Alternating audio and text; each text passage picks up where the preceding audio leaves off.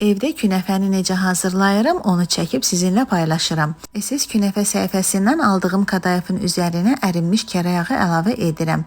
Yağla kadayıfı yaxşıca qarışdırıram ki, yağ təmiz kadayıfa qarışsın. Azca kərə yağının üzərinə şəkər tozu əlavə edib yaxşıca qarışdırıram və künəfə qabının hər tərəfinə yaxşıca çəkirəm. Əgər sizdə künəfə qabı yoxdursa, adi tavada da hazırlaya bilərsiniz. Və kadayıfdan qaba əlavə edirəm.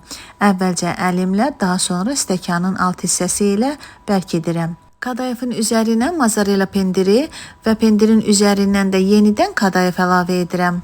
Yenə də kadayıfı əlimlə və stəkanın altı ilə bərkidirəm. Künəfəni vamodun üzərində bişirirəm. Qabı tez-tez fırladıram ki, künəfənin hər tərəfi yaxşıca qızarsın.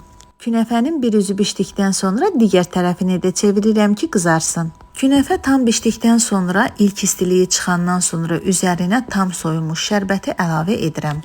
Artıq künəfə bişib hazırdır, nuş edə bilərik.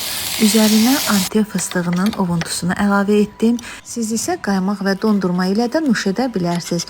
Öncədən hazırlayan hər kəsə də nuş olsun.